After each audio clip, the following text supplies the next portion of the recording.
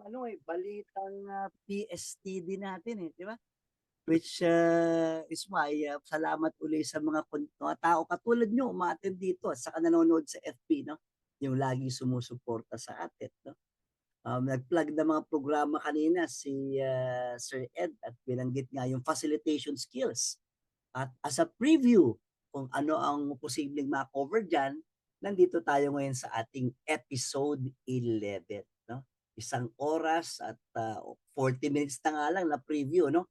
Kung ano yung mga essential foundational skills na ine-expect natin sa certified na learning and development, talent and development facilitator. And our guest is none other than, actually, gusto kong sabihin without any need for further introduction, no?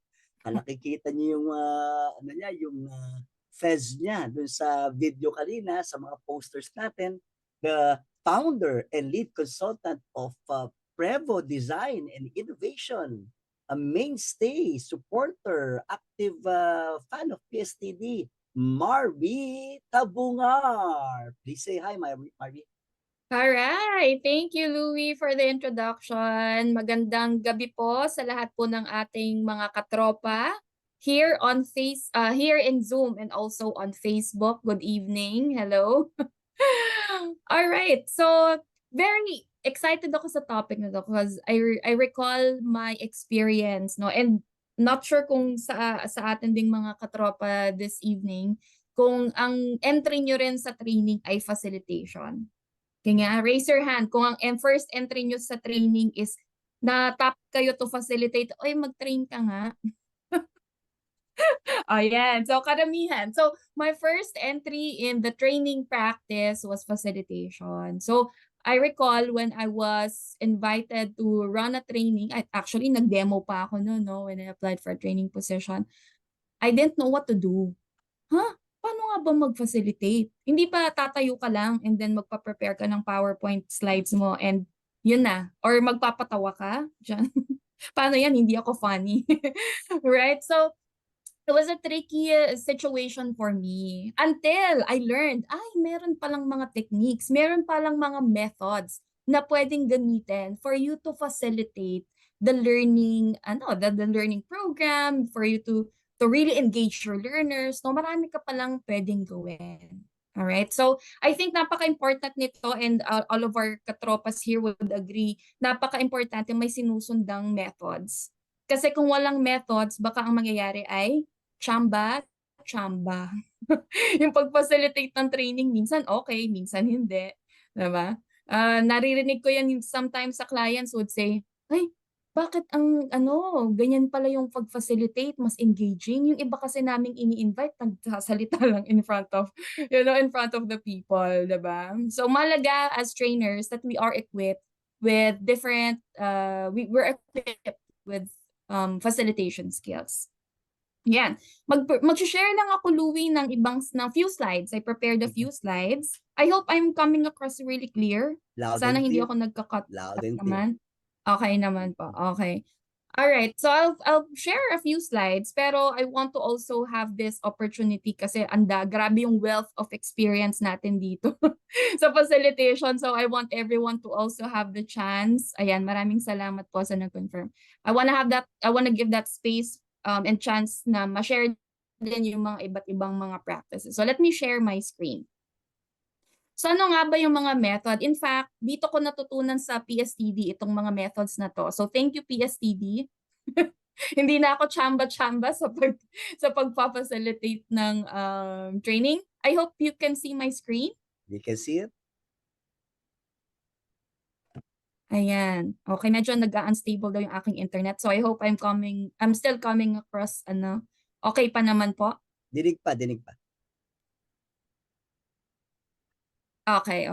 Sige. Ayan. So thank you. Ayan. So I'll just take a few minutes now going through my slides so I could share about how trainers could facilitate learning. How can you facilitate learning using the 4A's and 4P's methods? Paano natin to gagamitin? Saan siya swak? Saan siya maswak na gamitin? Okay? Because there are many many techniques that we could use, and depending on what you want to present or what kind of activity that you want to do in your learning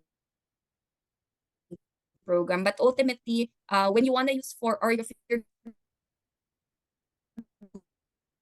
going to facilitate the learning program, yung learners mo will be ending the program with concrete skills, no, as they go through your training, your workshop, or your learning program. Mahalaga na makagamit ka ng different methods just to ensure that, you know, you're able to achieve the learning objectives. And for me then, as a facilitator, siguro for me, ito po yung aking ultimate question. Okay, and maybe you could post also your ultimate question as a facilitator. If you're going to facilitate a learning session, how do you, mga tinatanong mo sa sarili mo as a facilitator? You can also type it in chat, so I could, I could also pick up from you. Pero for me, ito yung pinaka-importanting tanong na lagi kong iniisip whenever I'm designing a training program. Lagi kong tinatanong sa sarili ko is, how can I deliver, okay, the learning experience to achieve kung ano yung learning objectives namin. Okay, kung ano yung learning objectives na in-identify namin with the client or my stakeholders, paano ko yon maa-achieve through the way I facilitate a learning program. So that's the ultimate question. So I suggest then, no, if you're new in training, you have to ask that question to yourself, no, kasi that will also help you in determining what kind of facilitation techniques that you will use or methods you will use as you go through your learning program. And I think that question, by asking yourself that question and also utilizing the 4A's and 4P's method would really help you. No, ako, it has been helpful for me in running different training programs, from leadership development to culture development, no, customer service, and many other training programs that I've run. And what I found really, really helpful and really, really useful is really using the 4A's and 4P's method to make sure na as a trainer, I know, what the journey will be like for me as I run my training program. And at the same time, I will know that, the learners are also getting the most of their experience. The learning is very experience-based when they go through the training program. Okay, and I think it also helps with making sure that by the end of the training that you're running or that you're delivering, mas ma-evaluate mo, mas makikita mo, mas visible, right? Kung na-apply nila yung mga naturo mo and that they are ready to apply it on the job. I think that's really the key in using these methods. Okay, so that's how I've used that. So ano nga ba yung mga methods na yon, no, if I may share? Ano nga ba yung mga methods that we talked about? Actually, just an overview. So meron tayong tinatawag na itong 4A's and 4P's na i-share na pag-uusapan natin. They actually fall under two categories of when you are doing or facilitating learning. So may tinatawag tayo na didactic and inductive. Pag sinabi nating didactic, ito yung mas focused on the learner. Okay? Dito natin ma-achieve yung experience-based na learning, no, as we facilitate that. So when we do didactic learning, ito yung gumagamit tayo ng nagko-focus tayo on the discovery and active engagement ng ating mga learners. You highly encourage them to participate. You do a different activity so that they really get immersed in the concept that you're teaching. You give or you provide examples. You allow them to have those experiences. Nagkakaroon kayo ng mga simulations, no? And then so that they could better understand the principles or the concepts that you are sharing with them. And at the same time, when you use the didactic method, dito rin kasi nagagawa or napapractice yung kanilang critical thinking, problem solving, and for them to explore, no? Ito yung gustong-gusto ko to, yung nagkakaroon ng mga structured learning experiences where they uncover or they cover new things, and they discover new things about the concept, and then they discover na oo nga no, ganun pala. Okay? So when you use didactic method, ito yung talagang learner-centered yung approach. Okay, they really take an active role in the learning process. So this is where mas hands-on yung activities, no, na observe mo na nade-demonstrate nila. So for example, if you're running a training for let's say coaching skills, 'di ba? So ma-observe mo kasi pina-demonstrate mo sila how they would, conduct a coaching session with their team member. Okay? And it also involves analysis, abstraction, and application. I'll tell more about that and I'll give also an example. And then the other method is called inductive naman. So if didactic is more learner-centered, see inductive for me is more trainer-centered, no? So this is going to be your guide in terms of the kind of instruction and teaching that you're gonna utilize when you facilitate your learning program. So it's emphasized on the structured instruction. You can begin with the general principles or concepts and then move, of course, towards specific examples or applications. So again, mas heavy siya on the trainer or teacher-led instruction and explanation. So yung mga things like when we're doing lecturette or lecture or presentation, yan, no? Or just providing your explanation on a certain topic, mas pasok siya under the inductive method. And in terms of the methods, mas linear yung progression when you use the inductive method. So for example, you'll begin with preparation, presentation, practice, and performance. So let me just check. I'm not sure. Okay. There. Okay, sige, let me check lang yung message. Okay, so let's focus on the different 4A's, the 4A's and the 4P's method. Okay, so ito yung pinag-usapan natin. Ano nga ba yung nangyayari if you're going to use the 4A's and 4P's method? Kasi this is more focused on the kind of experiences that you will be providing your learners, okay, as they go through the as they go through their training or their learning program with you. So it begins with you can do different methods, no? So you could facilitate learning activities. Okay, so for example, if you're going to teach the learners, let's say coaching skills, let's use that as an example for me presenting the 4A's and 4P's. So this is where you could provide a role-playing activity, diba? So that they could engage in somewhat a simulation of what a role, a coaching scenario would look like when they conduct that coaching session now with their team members. And it also and aside from having that activity, so include that in your training session, you'd also have an opportunity to, or create that opportunity for them to analyze. Okay, what are the things that they, for example, in a coaching conversation, you could have someone observe, the coaching conversation, or yung pwedeng sila yung mag-observe between a coaching conversation between a team member and a supervisor or a manager. And then they can analyze, no? Ano yung napansin nila? Ano yung mga napansin nila na good advantages of doing it? Okay? Or may mga good points ba silang na-pick up from that coaching activity that you did? Or are there opportunities for improvement that you have seen, they have seen in that learning activity? So that's an opportunity for them to analyze, okay? Analyze the situation. And then in the Mali. abstraction, Alala sorry, ko, Louis, sige go na. ahead. Hindi ba nagkapalit ang Oo nga. heading? Diba? Sorry about that. Okay. I saw nga Sir Ed's message. So nagkapalit po. Sorry, let me correct. Oo. So inductive yung 4A's and then didactic yung 4P's. Okay, sorry about that. Go ahead, Nagkaroon lang ng typo error. Thank you, Louis, for calling that out. Please continue. Okay, there. Okay, so bigyan natin sila ng opportunity to have that activity, have them engage in activities also where they could analyze, diba? Kung na-pick up ba nila yung mga naturo natin, no?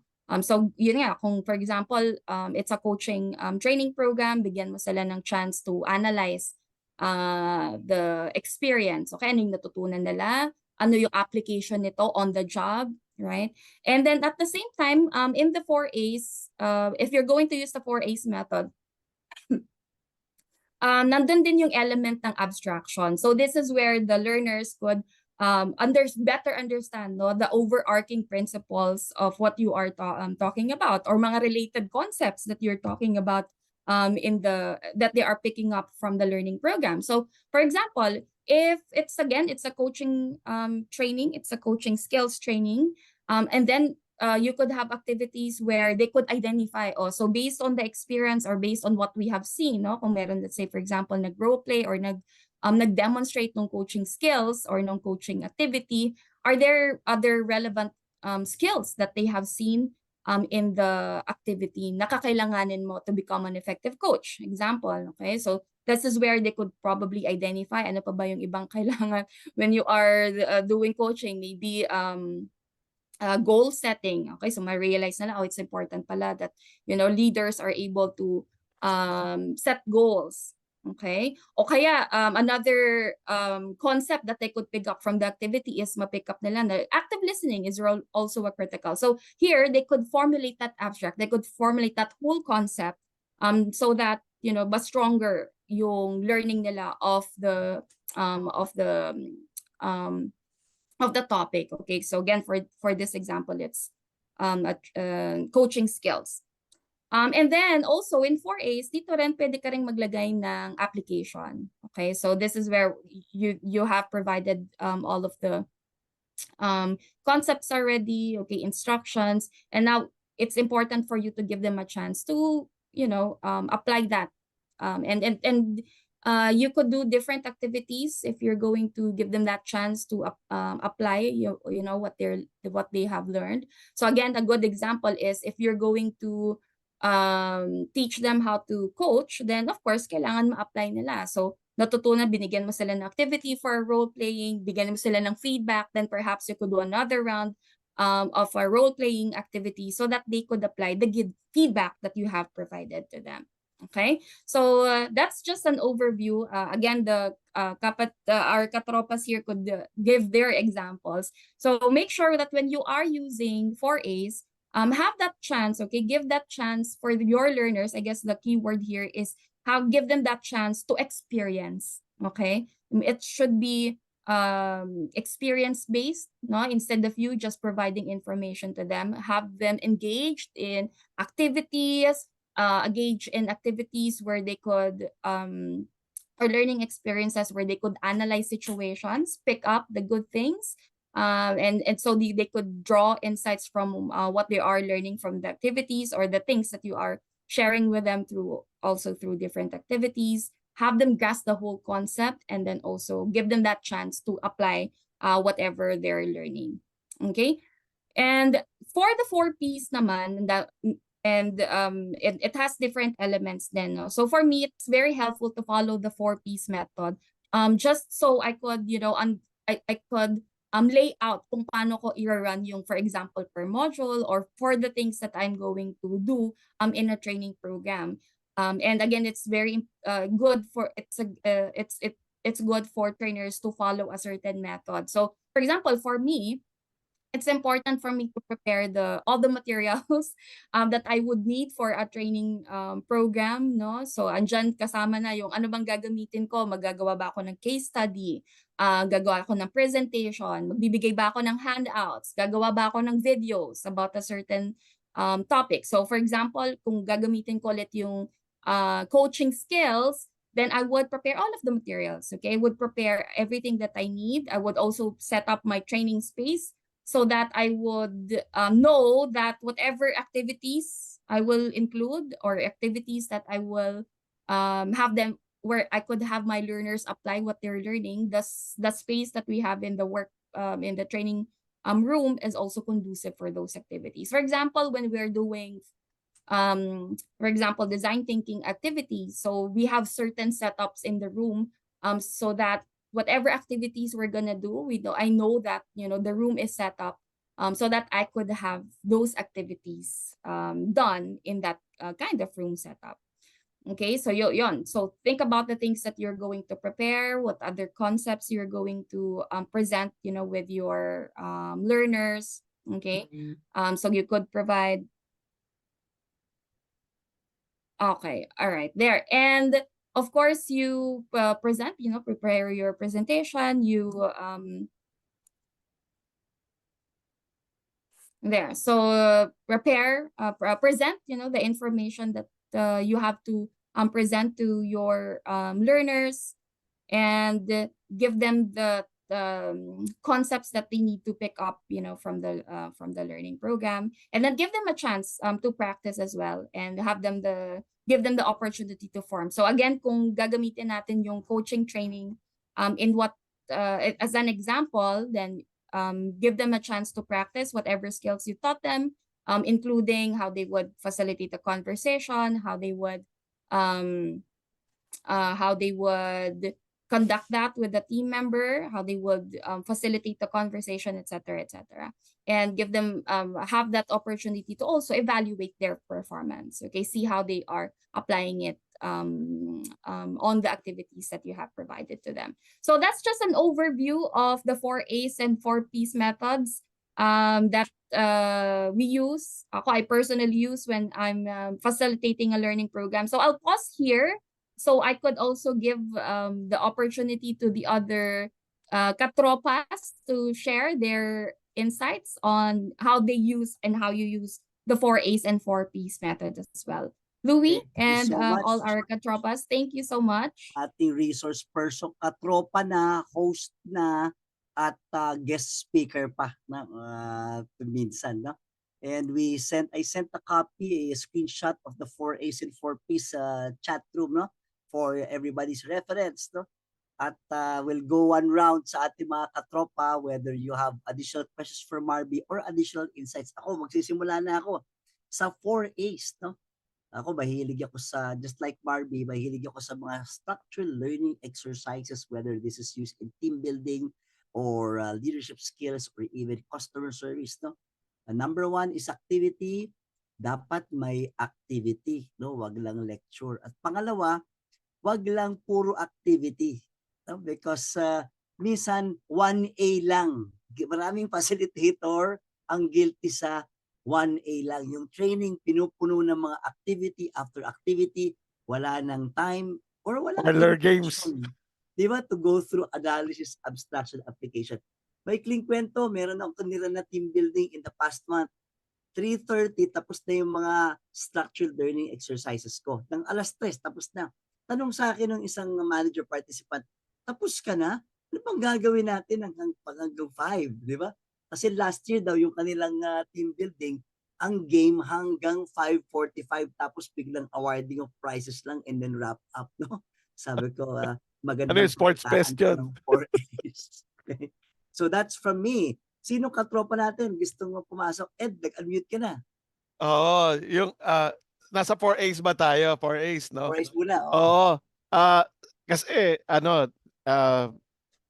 I've sat and reviewed submission para sa certification sa level 1 certification, no, yung a-attend ng training tapos magpa-facilitate. And often ang nabibigyan ko ng critique ay yung hindi tumatawid dun sa application. So meron namang activity, nag-analyze naman what happened, what helped, what hindered, 'di ba? Yun yung mga typical na tanong, 'di ba, kapag ka sa analysis. Tapos yung abstraction is what did we learn from that experience? Okay? So dapat kapag ka nagtanong tayo, yung tinanong natin yung mga participants about what they've learned, kailangan nating i-confirm yun Kailangan nating i-validate yun by presenting a framework, a concepts or theory that validates their observation. At syempre, hindi matatapos yung 4A's natin kung wala yung application. Yung anong gagawin natin ngayon pagkatapos nating malaman yung ating... So, decision point yung application And there are methods that you can use for application. It can be action planning. It can be yung walang kamatayang start, stop, and continue. Di ba? So, yun yung mga technique na pwede natin gamitin. Pero, tandaan po natin, pag walang application, 3A's lang yan. hindi 4As. So hindi kayo mase-certify pag kulang ng isang A. Gamitin na yung checklist, di ba, Ed, no? Hindi Oo. isa, hindi dalawa, hindi tatlo, 4As hanggang sa Hanggang application. dulo. Before I call the next katropa, acknowledge lang natin nakasama sa audience natin bukod sa ating mga regular viewers, no? Nandito na ulit si Sir Jerry Plana, nandito rin si katropang June Roy, at saka nandito rin si ating previous board member si Daisy Sanchez. Saka si Ruel Mariano, sa board member din natin yan before. No? Sino bang susunod? AM, Kevin, who first unmutes. AM? Siguro simple lang, kung first time kong narinig tong mga concepts na to, ako ba bilang facilitator, mamimili ako kung 4As or 4Ps? Or ini-incorporate ba sila pareho in my facilitation? So, Yeah, am I incorporating them, no, in my facilitation? Kaya kunin nyo na yung screenshot na yan, ano? Gamitin yung checklist, no? Ibaon yun. Okay, Kevin, from your input from you, and then acknowledge natin yung dalawang question dito sa chat room. Go ahead, Kevin. Okay. So I co-facilitated yung facilitation program natin with April, and this is one of the things that we teach. Tapos nung napansin namin sa ilang participants, they tend to favor 4As or 4Ps kasi yun yung nakasanayan nila. So sabi namin, sige nga, challenge natin kayo. Can you try to teach the same topic but use yung hindi ka komportable to help you expand your design? And baka kasi yung 4As, mas applicable for a certain type of audience, and maybe for some types of audience it won't work. So while parang normally 4A o 4P yung bagay sa isang topic, I think it's also a fun design and facilitator challenge if we try to use a different strategy, a different design to help us in facilitating, to expand and go beyond our comfort zone. So yeah, that's for you. Acknowledge tayo ng questions, no? And Marby will be the first to answer. Kung may dagdagang katropa, no? Just unmute. Sabi ni Hezekiah, is it fair to generalize na facilitator / teacher heavy ang didactic and inductive teaching? If yes, how can participants' role be increased? Marby, you have the first shot. Yeah, correct.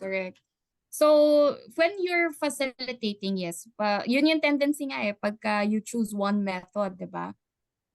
And just a few elements of it. So, as the other katropas mentioned, it's really important na you utilize all of the methods, all of the elements in the methods. Kasi ang magiging mahirap nga dyan is lalo na if you're not very equipped pa with the skills. For example, pag nagkaroon ka ng pa-application na activity, right? And you're comfortable speaking in front of people presenting, no? Pero you're not comfortable if for example, you do an activity. And this is a problem for me when I was starting as a trainer. Nahihirapan ako to facilitate, the conversations after the activity. I'm not sure kung ako lang, no? Pero nung nagsa-start ako as a trainer, nahihirapan ako dyan, to bring all those ideas together na binabanggit during the activity. So sometimes, nagkakaroon ng bias ka towards, you just dominating, the conversation. So, I think kaya doon papasok yung mga, as a facilitator, utilize the other methods, utilize the other elements. And sabi nga ni Louie, gawin mo na yan checklist. Because that's how you could ensure that your learners have an active role in the whole learning experience. So more of increasing and utilizing the different elements in the method. One more katropa, Ed, go ahead. Siguro klaro ko lang yung muna, no, yung kasi tinatanong natin, meron bang ideal learning situation for 4As and 4Ps? Mas broader kasi yung application ng 4As. You can actually use 4As after 4Ps. Pero kailangan muna kasi natin ma-fully appreciate yung 4Ps. By the way, both of these methodologies are learner-centered. Okay?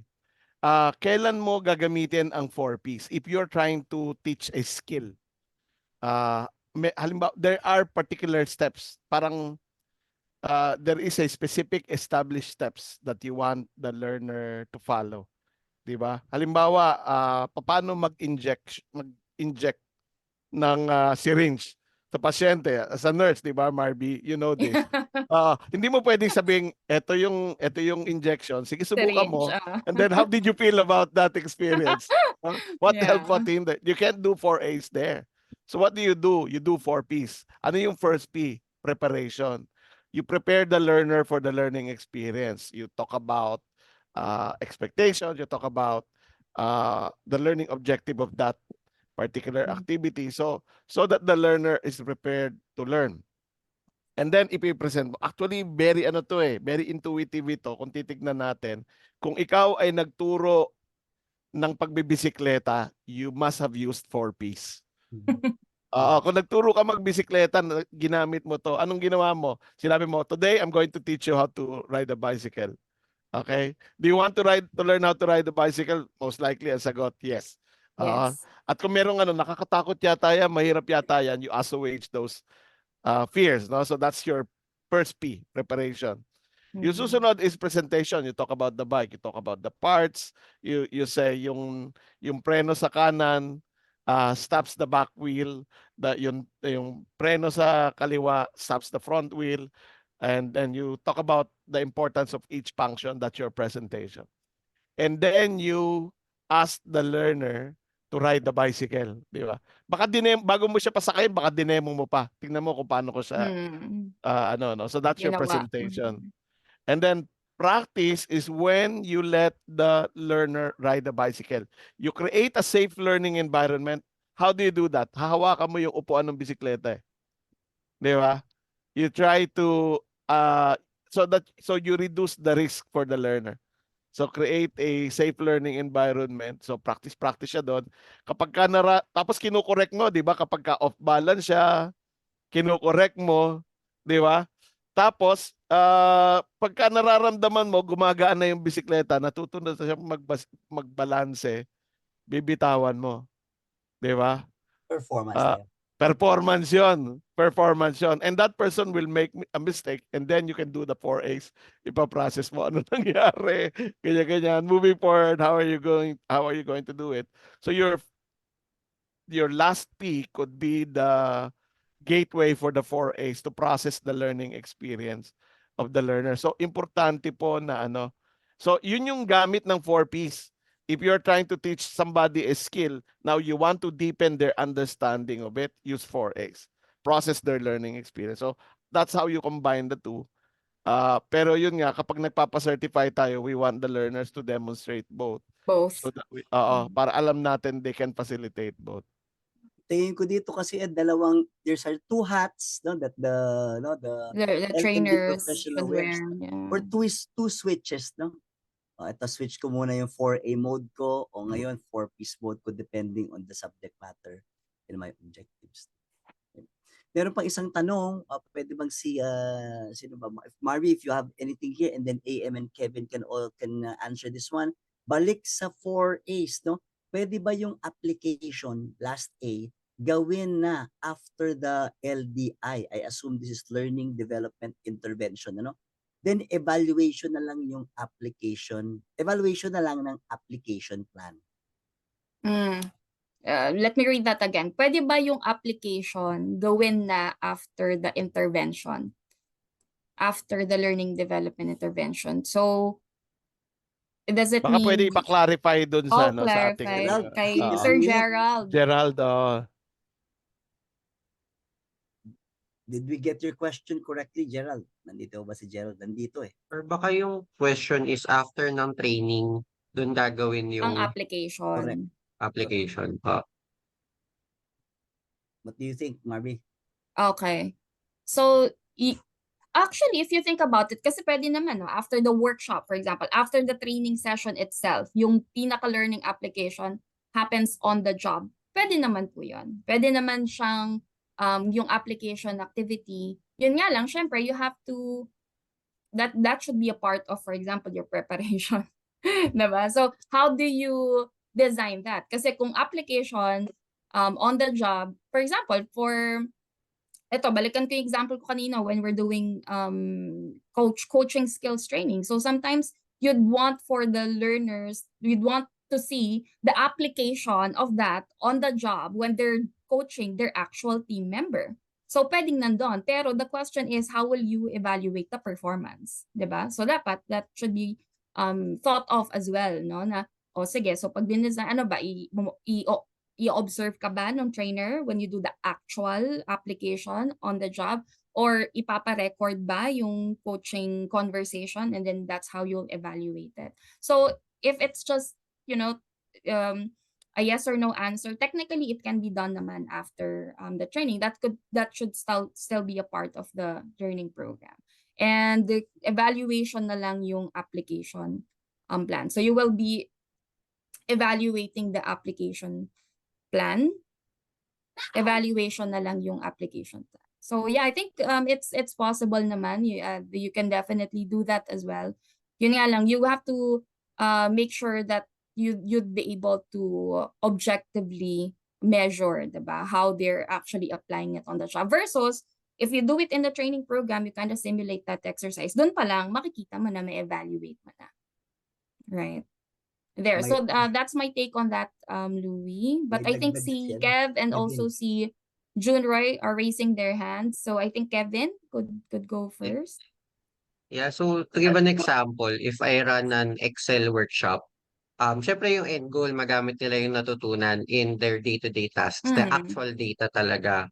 The best we can do in the context of the workshop is kung makikita ko yung itsura ng actual data nila, at least the headers, pwedeng ipa-demo dun sa participants. So sige, let's say ito yung tanong, ito yung itsura ng dataset mo, hindi actual data, sample lang, can you now produce the responses using everything that we've learned? So, kung ganun yung instance, relatively, pwede ko nang sabihin na, sige, nakikita ko ngayon, kaya niya talaga. Yeah.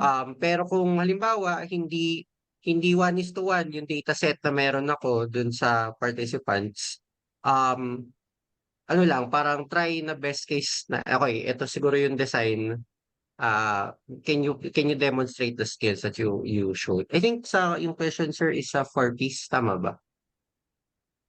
Or sa 4As? 4As.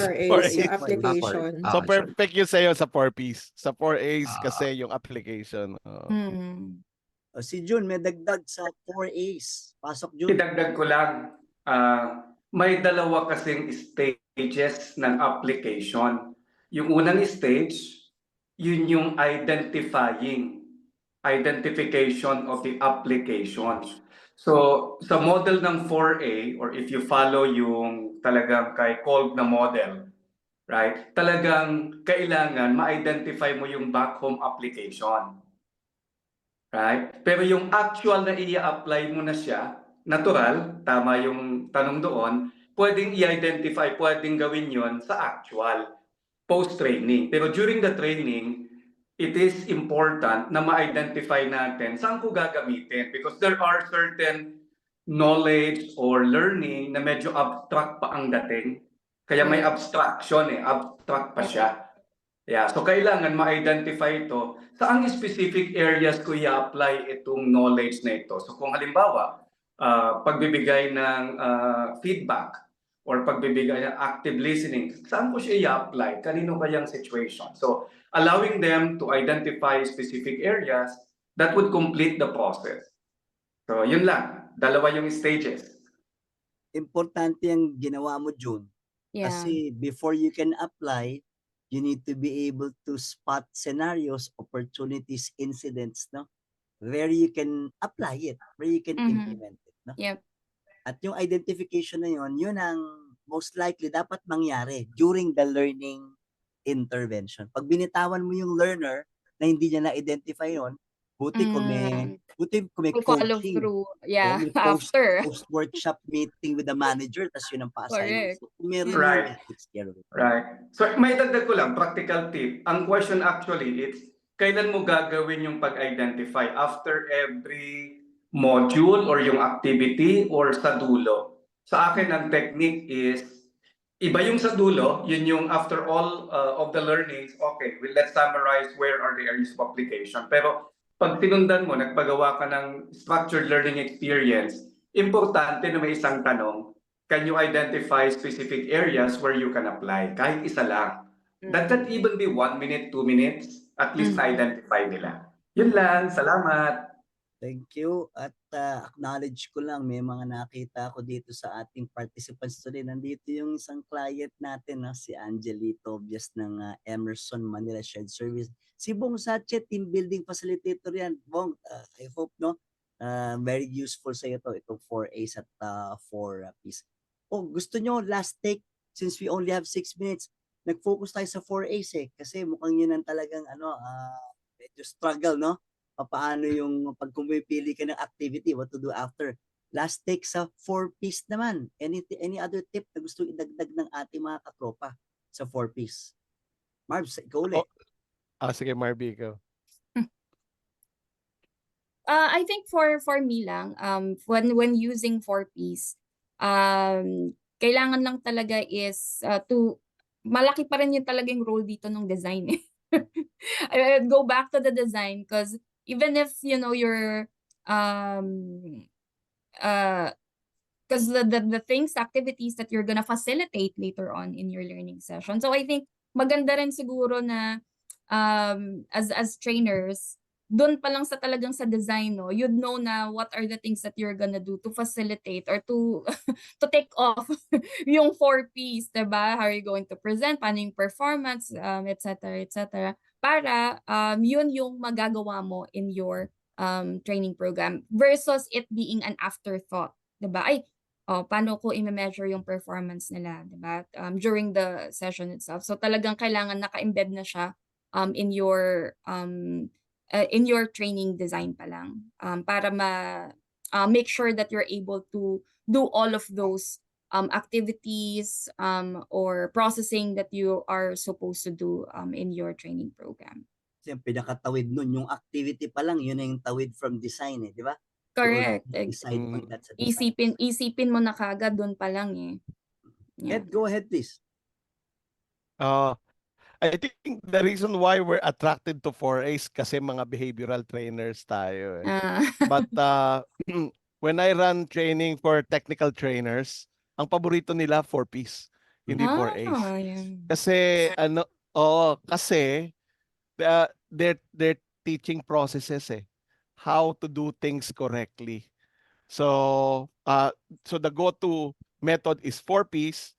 And then, ang itinuturo ko sa kanila is how do you deepen the understanding? Kasi the 4P's takes care of doing things correctly according to procedures na napapractice nila. Ang heavy on intention natin practice ang intention natin, ang intention natin sa practice and performance is to build the confidence Ang premise kasi natin diyan, if they didn't do practice during the actual training, they will not have the confidence to perform.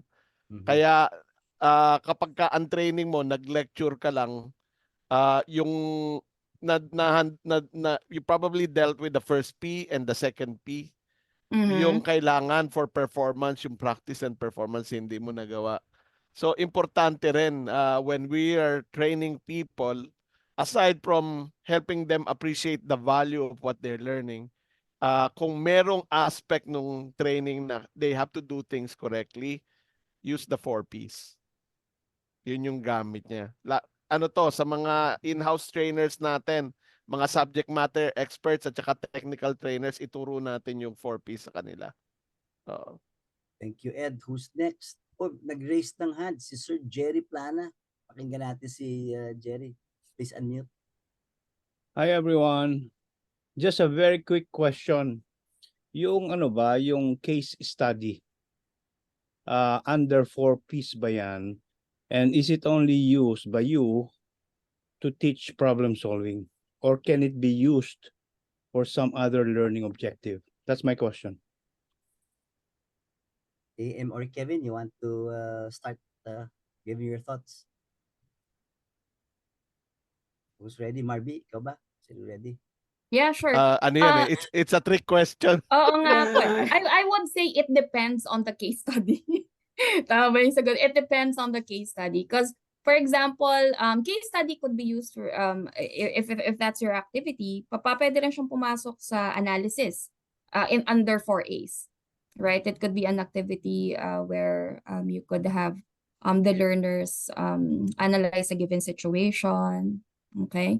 Pero meron ding mga activities for case studies, for example, na where you could use 4Ps as well to process that, where you're, lalo na kung, I remember in our in one of the trainings that I've used to run, nagagawa kami ng mga case study but as a form also of a practice exercise.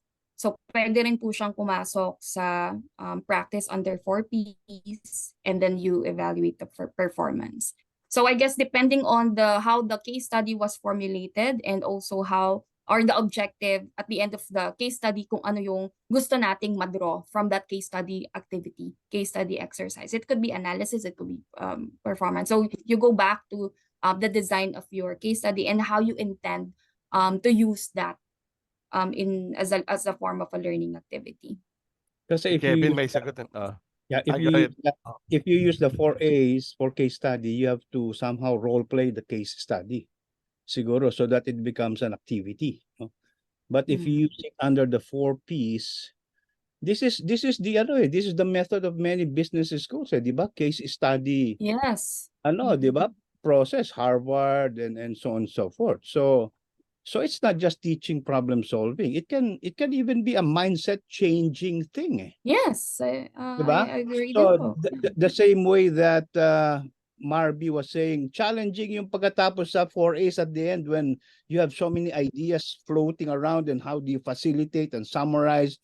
In the same way you use a case study at the start, that's the same challenge that the trainer meets when you have a lot of ideas floating, and how you're able to capture and connect them and associate and integrate them is Yeah. facilitated probably at its best.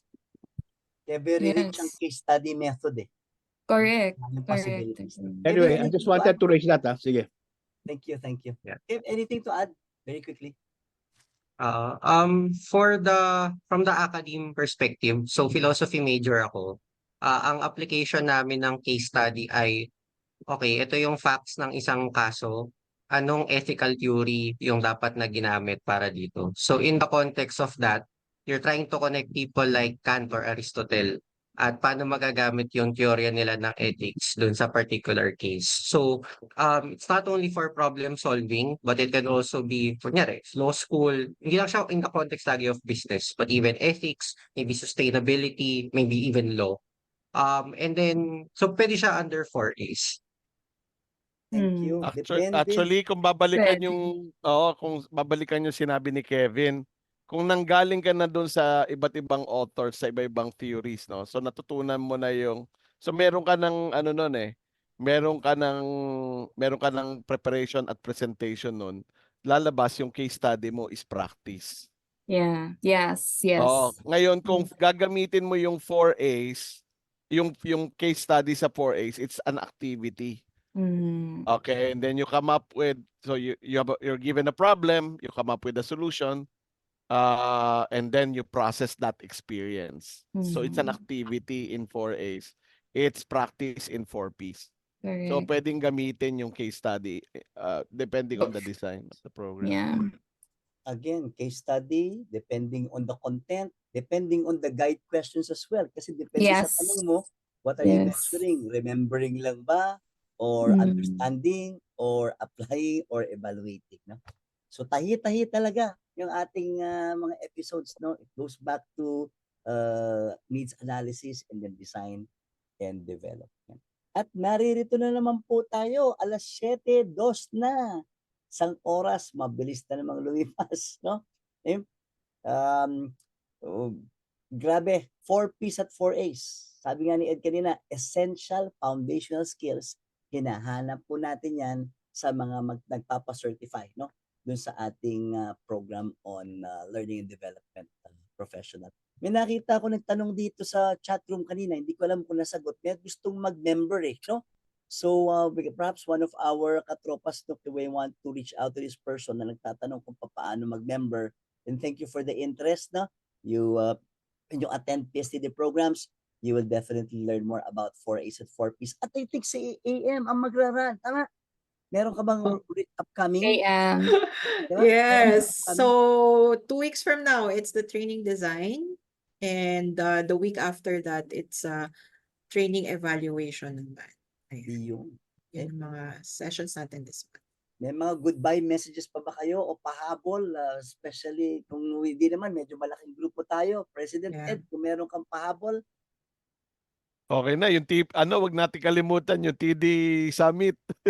oh Attend yes. po tayong lahat, supportahan natin. Opo, Mayo at 30, May 30, the Talent Development Summit. Nakaka-excite kasi yung dating version ng Talent Development Framework ay ni-reboot, ni-revamp, ni-recharge natin. No? In short, lalabas na Talent Development Framework 2.0, ilo-launch natin yan sa Mayo at 30.